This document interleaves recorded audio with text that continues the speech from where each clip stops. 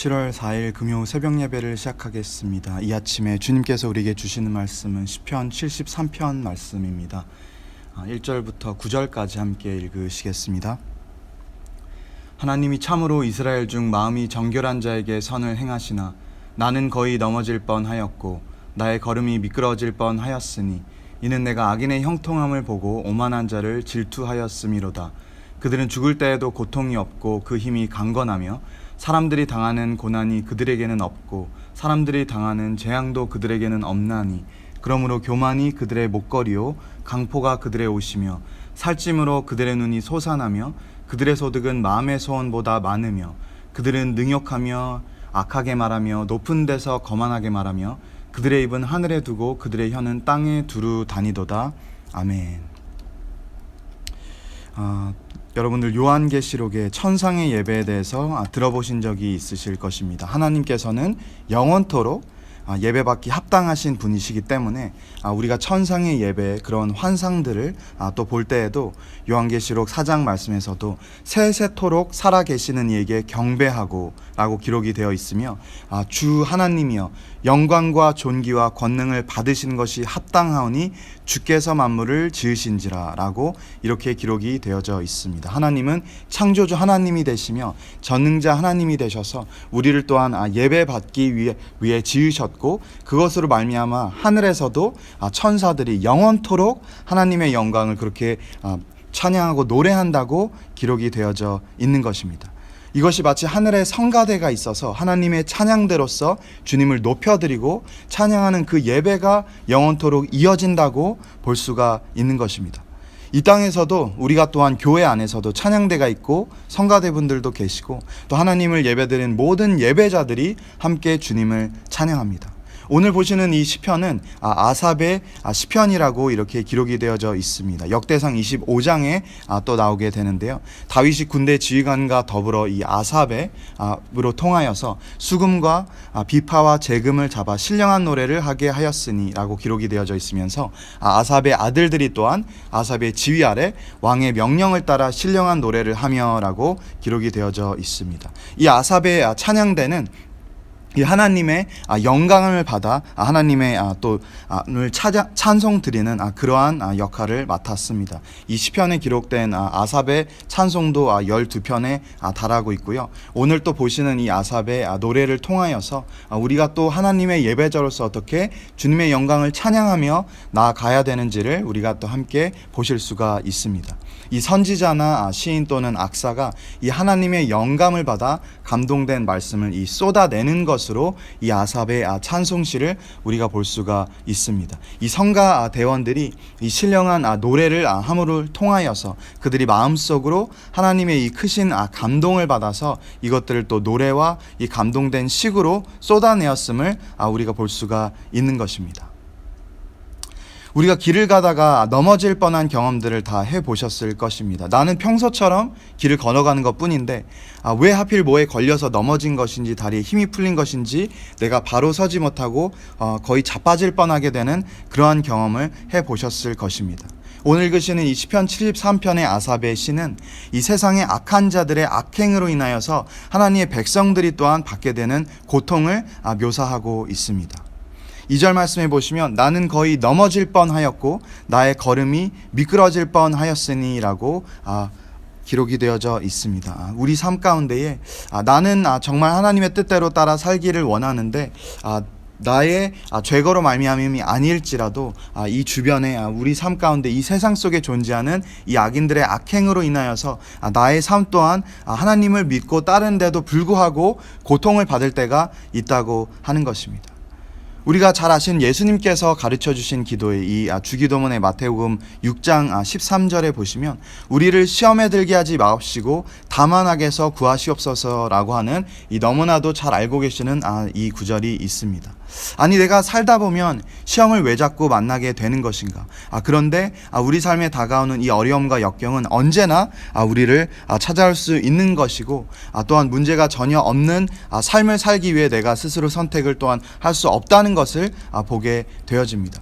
그래서 이 우리를 시험에 들게 하지 마옵소서라고 기도를 하라고 하셨는데 왜 자꾸 내가 시험을 만나게 되는 것인가? 또 다른 버전의 성경에 보시면은 우리를 유혹에 빠지지 않게 하시고 악에서 구하소서라고 이렇게 기록이 되어져 있습니다. 우리가 시험을 삶에 살아가면서 피하는 것은 절대적으로 가능하지 않지만 우리가 이 유혹에 지지 않는 것, 유혹에 넘어져서 쓰러지지 않는 것, 이러한 삶은 믿는 자들이 하나님을 붙들며 나가야 되는 삶이라고 하는 것입니다. 그래서 우리가 우리를 시험에 들게 하지 마옵시고라고 하는 이 구절이 결국에는 시험을 만났을 때에, 시험을 맞닥뜨렸을 때 시험에 지지 말게 하여 주시옵소서라고 그렇게 기도하라고 예수님께서 우리에게 명령하신 것입니다. 하나님을 믿고 따르는 주님의 백성들은 고난과 역경을 마주할 때 넘어지고 주저앉는 것이 아니라 주님을 붙들므로 일어서는 것이라고 또한 우리가 오늘 보시는 이 시편 말씀을 통하여서도 함께 이 믿음의 고백 가운데 설 수가 있는 것입니다. 4절에 또 보시면 그들은 죽을 때에도 고통이 없고 그 힘이 강건하며 라고 기록이 되어져 있습니다. 오늘 함께 읽으신 이 시편 73편의 이제 전반적인 내용을 보시면 악인은 정말 떵떵거리고 너무나도 잘 살아가고 하나님을 인정하지도 않는데도 어떻게 그렇게 이 땅에서 잘 살 수가 있는 것인가라고 하는 것을 볼 수가 있다고 하는 것입니다. 이 악인의 삶을 볼 때 하나님과 아무 상관없는 삶에도 불구하고 잘 되고 또 잘 되는 것 같은 이러한 기이한 현상을 목격한다고 그렇게 기록을 하고 있습니다.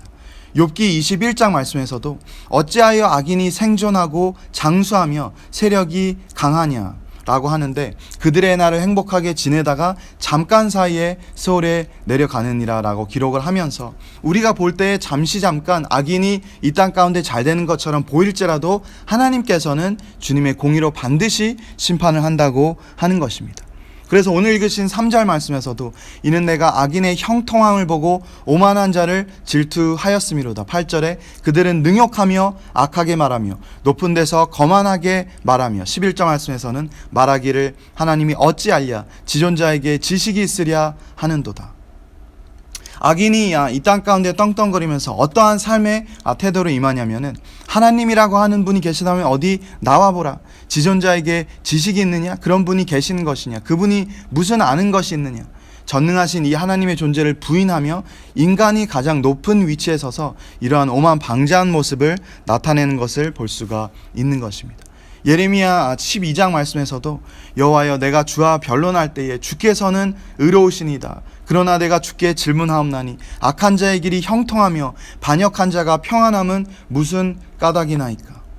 이게 사람의 이해로는 도저히 이해가 되지 않는다고 하는 것입니다. 우리는 정말 하나님의 말씀대로 따라 산다고 하고 주 뜻대로 정말 힘써서 살려고 하는데도 불구하고 이 땅의 악인들은 하나님 없이 사는데도 불구하고 너무나도 잘 되는 것 같은 이러한 상황 가운데에 이것으로 말미암아 또한 우리가 불평에 머물러 있는 것이 아니라 오늘 또 시편 기자는 이것이 참 이해되지 않는 현상이라고 할지라도 그럼에도 불구하고 나는 하나님의 의로우심을 인정하며 나아가겠나이다라고 그렇게 고백을 하고 있습니다. 이 시편 기자의 고백을 보시면 나는 주님 앞에 죄인됨을 고백하지 않을 수가 없습니다. 나는 하나님 없이는 전적으로 불완전하고 미성숙한 존재입니다. 그래서 주님을 붙들 수밖에 없습니다라고 고백하는 오늘 시편 기자의 고백을 우리는 볼 수가 있습니다. 21절 말씀해 보시면 내 마음이 산란하며 내 양심이 찔렸나이다. 내가 이같이 우매무지함으로 주 앞에 짐승이오나. 이 하나님의 섭리에 대해 아무런 이해력도 갖고 있지 못했다고 이렇게 시편 기자는 고백을 하는 것입니다. 이 17절 말씀에서는 또 무릇 주를 멀리하는 자는 망하리니 음녀같이 주를 떠난 자를 주께서 다 멸하셨나이다. 하나님을 부인하고 주님의 생명의 말씀대로 따라 살기 원치 않는 삶은 끝이 멸망밖에 남지 않지만 오직 오늘 시편 기자는 주님 앞에 또 다시 한번 엎드려서 고백하는 것이 주님 나는 하나님 앞에 섰을 때 죄인일 수밖에 없기 때문에 내 양심이 너무나도 찔립니다. 나는 우매한 자이고 나는 하나님 앞에 마치 짐승과도 같은 그러한 존재입니다라고 이러한 겸손의 고백으로 주 앞에 나아갈 때에 하나님의 구원의 역사를 다시 한번 붙들기 위해 힘쓰는 시편 기자의 이러한 삶의 자세를 또 볼 수가 있는 것입니다. 이 23절 말씀에 보시면 내가 항상 주와 함께하니 주께서 내 오른손을 붙드셨나이다. 주의 교훈으로 나를 인도하시고 후에는 영광으로 나를 영접하시리니 하늘 외에는 주 외에 누가 내게 있으리요 땅에는 주밖에 내가 사모하리 없나이다. 이 우리의 신앙의 여정은 결국에는 주님을 만나고 또한 우리가 이 땅에서의 생애를 마감할 때에 영원한 하나님의 나라에 들어가는 것이라고 할 수가 있습니다. 주님의 말씀으로 내 삶을 인도하여 주시고 생명의 길로 인도해 주시는 것, 하나님의 영광으로 나를 맞아주시는 그 삶이 반드시 이 내세 삶에 있다고 우리는 또 믿음의 눈으로 바라보며 나아가는 것입니다. 하나님의 말씀을 바라볼 때에 더욱이 우리가 깨어 근신해야만 할 때임을 또한 보게 됩니다. 역사 가운데서도 이때가 과연 주님의 날인 것일까라고 생각했을 때가 이 믿음의 선조들의 삶에도 많이 있었을 것입니다. 오늘 이 24절 말씀에는 하나님께서 반드시 영광으로 나를 영접하여 주시는 그러한 날이 있을 것입니다라고 고백하는 것처럼 우리는 주님께서 이 땅에 다시 오실 날이 반드시 있을 것이고, 그럴 때에 내가 하나님 말씀에 순종하는 삶으로 나아갔을 때에 주님께서 내 삶에 구원의 역사를 반드시 베풀어 주실 것이라는 그 소망을 붙들고 나아가게 되는 것입니다. 이 극심한 핍박에 놓였던 초대교회 성도들의 삶 가운데, 그것뿐만이 아니라 역사의 많은 시간들 가운데도 소련의 공산주의 체제의 극에 달한 이 핍박 속에서도, 그리고 또 오늘날에도 핍박 가운데 고통당하는 북한의 지하교회 성도분들에게 이 요한계시록의 이 극심한 핍박 속에 주님이 다시 오셔서 주님의 백성들 가운데 구원을 베풀어 주신다는 이러한 묘사되어진 이 장면들은 이 극심한 삶의 어려움과 핍박이 주의 날이 멀찍이 떨어진 것이 아니라 오늘 내일 임할 수 있다고 생각하게 된 현실이라는 것을 우리가 또한 바라보길 원합니다. 초대교회 성도들 또한, 예수님을 따랐던 사도들 또한 마치 하나님의 성도들의 삶이 내일 주님 오실 것처럼 오늘의 삶에서 최선을 다하고 주님 오실 그 길을 예비하는 삶을 살았던 것처럼, 또한 지금 우리가 살고 있는 이 시대 또한 여러 가지 경제적인 어려움들, 사회적인 다양한 이슈들, 전쟁과 분쟁의 소식들, 기후 문제로 전 세계가 고통당하고 있는 이러한 상황들 속에서도 우리가 또한 동일하게 주의 말씀 앞에 설 수가 있는 것입니다.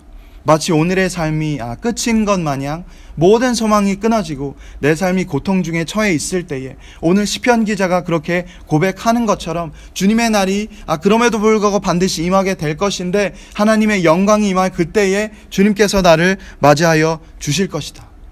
이 디모데후서 4장 말씀에서는 나는 선한 싸움을 싸우고 나의 달려갈 길을 마치고 믿음을 지켰으니 이제 후로는 나를 위하여 의의 면류관이 예비되었으므로 주고 느려오신 재판장이 그날에 내게 주실 것이며 내게만 아니라 주의 나타심을 사모하는 모든 자에게 도니라. 우리가 오늘 보시는 주제 구절과도 같이 이 2절 말씀, 나는 거의 넘어질 뻔하였고 나의 걸음이 미끄러질 뻔하였으니 라고 이렇게 기록을 하는 것처럼, 믿는 자들의 삶은 우리가 넘어지고 실족할 때 그것이 끝나는 삶이 아니라 반드시 하나님께서 우리 삶 가운데 공의로 의로우신 심판을 하실 것이며 그것으로 인하여서 주님의 날이 임하실 것을 사모하며 나아가라고 주님의 백성들에게 그렇게 말씀하여 주신 것입니다.